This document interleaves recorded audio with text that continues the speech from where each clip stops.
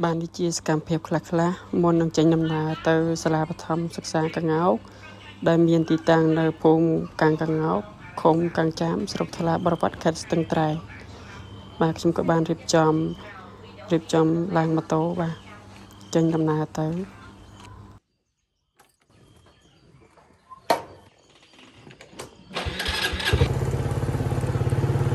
បាទចេញពីផ្ទះទៅយើងជិះទៅតាមផ្លូវទៅក្រោមបាទបដោយតាមទឹកហូរចឹង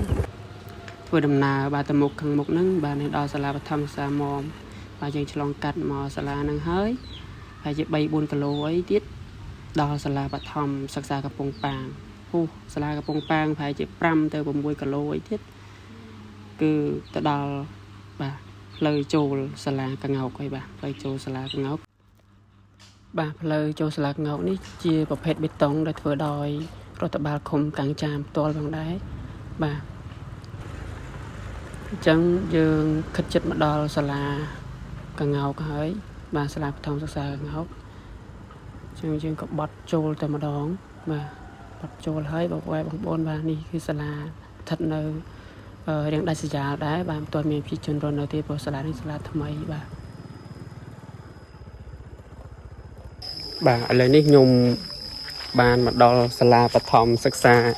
កងោកអីបងប្អូនបាទតិចទៀតពួកយើងនឹងចូលរួមប្រជុំការងារថ្ងៃទី25បាទត្រូវនៅថ្ងៃពហុអញ្ចឹងប្រជុំ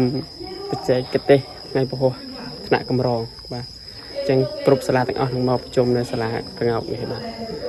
តិចទៀតខ្ញុំនឹងចូលប្រជុំតែឥឡូវអត់ទាន់ចូលទេបាទអត់ទាន់មកជុំគ្នាបាទមើលនេះបាទសាលាគេស្អាតថ្មីទេសាគេទៅធ្វើទេសាលាអត់ទាន់មានខ្លោងទ្វារទេទេសាតែសាលាទៅធ្វើបាទនេះលោកគ្រូគាត់មកបាទប៉ានេះនេះហើយបាទនៅក្នុងថ្នាក់ខ្លះបាទអត់សួស្ដីលោកគ្រូមកសាលាកាំងកងោកនេះប៉ុន្មានដងហើយលោកគ្រូលើកទីប៉ុន្មាន2 ដងហើយណ៎បាទមិនដែលមានអារម្មណ៍មិនដែរសាលានេះស្អាតមានអីទៅភាពស្អាតសាលាបានចូលទៅក្នុងទៅអត់ទាន់បានចូលទេណាបាទអរគុណលោកគ្រូមានតែប៉ុណ្្នឹងលោកគ្រូបាទលោកគ្រូសូមសួរលោកគ្រូមួយបាទលោកគ្រូមកសាលាបឋមសិក្សាកងោកនេះប្រហែលដងហើយបាទសម្រាប់ខ្ញុំមកជា3 ដងសាលាថ្មីនេះ2 ដងសាលាចាស់នឹង1 ដងអញ្ចឹងស្រុក3 ដងស្រុក3 ដងហ្នឹងអញ្ចឹងលោកគ្រូមកថ្ងៃនេះមកធ្វើការអីដែរលោកគ្រូមកហ្នឹងមកប្រជុំបច្ចេកទេសចុងខែលោកគ្រូនេះបាទថ្ងៃទីប៉ុន្មានលោកគ្រូ25ខែមិនទៀតលោកគ្រូថ្ងៃនេះលោកគ្រូមានអារម្មណ៍មិនដែរសម្រាប់ការប្រជុំនេះមានអារម្មណ៍មិនដែរអត់ទៅប្រជុំផងមានអារម្មណ៍មិនទេបាទចុះតែយើងបានមើលឃើញសាលាថាស្រស់ស្រាយព្រោះអីនៅនេះគឺជនបទហើយតែស្យាមើលថាព្រៃអញ្ចឹងអ្នកតាក៏ព្រៃដែរព្រៃទាំងអស់បាទព្រៃទៅពេលអញ្ចឹងវាតិចដែរមិនដល់ពេលយើងមកប្រជុំឬក៏មករៀនអញ្ចឹងសិស្សវាមិនលុបមានអីអញ្ចឹងទៅបាទហើយអាកាសធាតុថ្ងៃនេះគឺមិនដែរគ្រូដៅល្អចែហ្មងក្តៅល្អហើយបាទក្តៅល្អក្តៅដៅតែមិនទាន់ក្តៅខ្លាំងគ្រូបើស្មើនេះយើងទៅតែម៉ោង7ហ្នឹងពេលព្រឹកយើងអីតែធ្វើដូចស្មេសំយោគសិនបាទលោកគ្រូអរគុណច្រើនលោកគ្រូបាទប៉ុណ្ណឹងបាយបាទនៅត្រង់កន្លែងនេះខ្ញុំដើរចូលទៅក្នុងថ្នាក់ដើម្បីចូលរួមប្រជុំចូលទៅតែពួកយើងអត់ទាន់រៀបចំប្រជុំទេព្រោះរងចាំលោកគ្រូដែលគាត់មកពីសាលាឆ្ងាយមិនទាន់មកជុំគ្នាបាទឥឡូវនេះជាសកម្មភាពខ្លះដែលមុនប្រជុំបាទកាត់មកដល់កន្លែងនេះខ្ញុំនឹងដាក់សំឡេងដើម្បីឲ្យបងប្អូនបានឮបាទជាមួយនឹងអ្នកគ្រូទាំងអស់គ្នាចាប់ដើម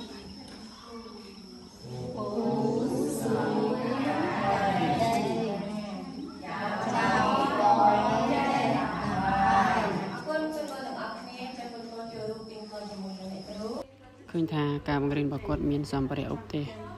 គ្រប់គ្រាន់បាទគ្រប់តាមជំហានរបស់គាត់និយាយទៅគាត់ព្រៀនបានល្អ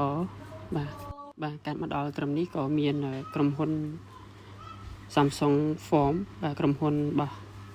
ដៃគូកូរ៉េគេយកផលិតផលមកដើម្បីផ្សព្វផ្សាយអំពីអត្ថប្រយោជន៍ជូនដល់អ្នកគ្រូបានដឹងហើយមានលោកគ្រូខ្លះគាត់ក៏បានជាវនៅផលិតផលហ្នឹងដើម្បីថែរក្សាសុខភាព បាទនេះខ្ញុំក៏ទទួលបានមួយគេដែរបាទនេះអត្ថប្រយោជន៍របស់វា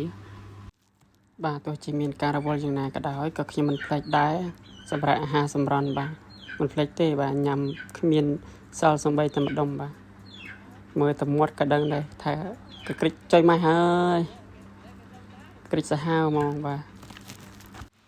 ទទោះបីជាការងារមានញឹកបន្តិចមែនប៉ុន្តែខ្ញុំមិនភ្លេចទេធ្វើឲ្យខ្លួនឯងសប្បាយចិត្តបាទចឹងធ្វើម៉េចទៅឲ្យខ្លួនឯងសប្បាយចិត្តបាទមើលប្អូននេះដឹងហើយបាទធ្វើម៉េចក៏បានឲ្យតែខ្លួនឯងសប្បាយចិត្តបាទគឺរីករាយ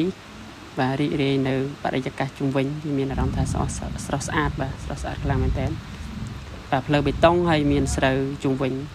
បាទនេះគឺជាទេសភាពនៅតាមដងផ្លូវមាត់ទន្លេបាទ